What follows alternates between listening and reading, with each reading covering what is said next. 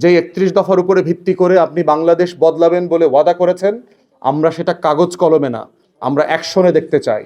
আপনার দলের গুন্ডা, মাস্তান, চাঁদাবাজ, সন্ত্রাসীদেরকে আপনি কিভাবে ডিল করবেন তার উপরে ডিপেন্ড করবে আপনি ক্ষমতায় গভর্নেন্সে সফল হবেন কি হবেন না।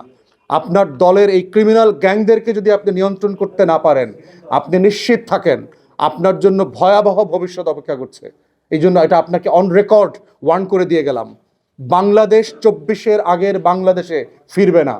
তরুণরা, পেশাজীবীরা, মোবাইল ফোন, ইন্টারনেট ব্যবহারকারীরা আগের বাংলাদেশের রাজনৈতিক পুরাতন বন্দোবস্ত মেনে নেবে না, নেয় নাই। অতএব আমরা চাই বাংলাদেশটা সবার হোক, ন্যায্যভাবে হোক, সাংবিধানিক হোক। আমরা যেন সবাই ভোটাররা ন্যায্যভাবে তার মতামত দিতে পারি। দেওয়ার পরে যেন আমার মতামতের জন্য কেউ কাউকে ভয়ের সম্মুখীন হতে না হয়, এলাকা ছাড়া হতে না হয়।